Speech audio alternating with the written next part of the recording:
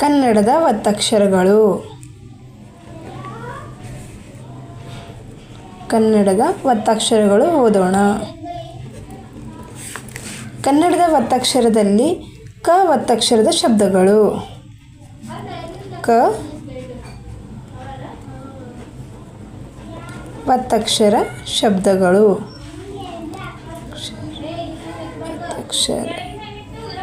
ಒತ್ತಕ್ಷರದ ಶಬ್ದಗಳು. ಕ ಒತ್ತಕ್ಷರದ ಶಬ್ದಗಳು ನೋಡಿರಿ. ಉತ್ಕಟ. ಏನು? ಉತ್ಕಟ. ಉತ್ಕಟ ಯಾವ ರೀತಿ ಓದಬೇಕು ಅಂದರೆ ನೋಡ್ರಿ, ಪಹಲೆ ಓ ಓದಬೇಕು, ತ ಸೈಲೆಂಟ್ ಆಗುತ್ತದೆ, ಕ ಪೂರ ಓದಬೇಕು, ಟ ಪೂರ ಓದಬೇಕು.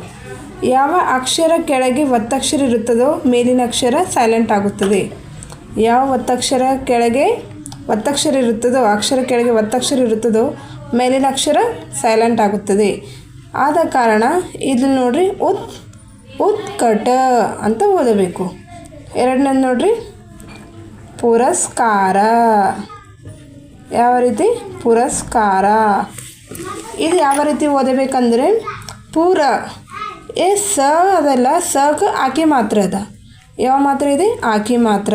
ಆಕೆ ಮಾತ್ರ ಈ ಥರ ಇರುತ್ತದೆ. ಆಕೆ ಮಾತ್ರ ಒತ್ತಕ್ಷರಕ್ಕೆ ಕೊಡಬೇಕು. ಒತ್ತಕ್ಷರ ಕೊಟ್ಟರೆ ಏನಾಗ್ತದೆ? ಕಾ ಆಯ್ತದ. ಮೇಲೇನಿರುತ್ತದೆ? ಸ ಇರುತ್ತದೆ.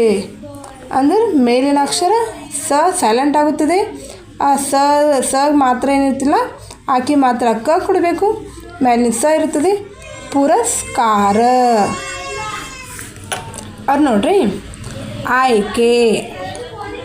ಆಯ್ಕೆ ಅಂತ ಶಬ್ದದ. ಇದು ಯಾವ ತೀರ ಓದಬೇಕು ಅಂದರೆ, ಮೇಲಿನ ಮಾತ್ರೆ ಅದಿಲ್ಲ, ಮಾತ್ರೆ ಯಾವುದಿದೆ? ಯಾಕ? ಏಕೆ ಮಾತ್ರ. ಏಕೆ ಮಾತ್ರ ಏನಿದೆ? ಈ ಥರ ಇರ್ತದೆ.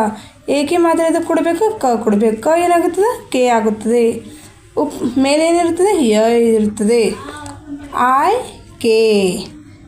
ಮೇಲೇನು ಓದಬೇಕು? ಯ ಅಂತ ಓದಬೇಕು, ಕೆಳಗೆ ಕೆ ಅಂತ ಓದಬೇಕು. ಆಯ್ ಕೆ. ಯ ಸೈಲೆಂಟ್ ಆಗುತ್ತದೆ. ಆ ಯ ಕೆ ಹಂಗೆ ಓದಬೇಡ್ದು. ಆಯ್ ಕೆ.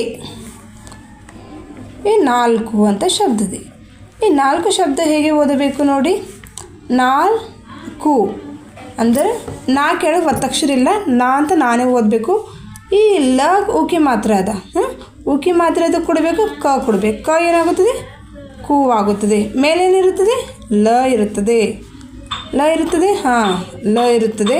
ಆ ಉಕಿ ಮಾತ್ರ ಅದು ಕೊಟ್ಟೆವು, ಕ ಕೊಟ್ಟೆವು. ಕ ಏನಾಯಿತು? ಕು ಆಯಿತು. 4 4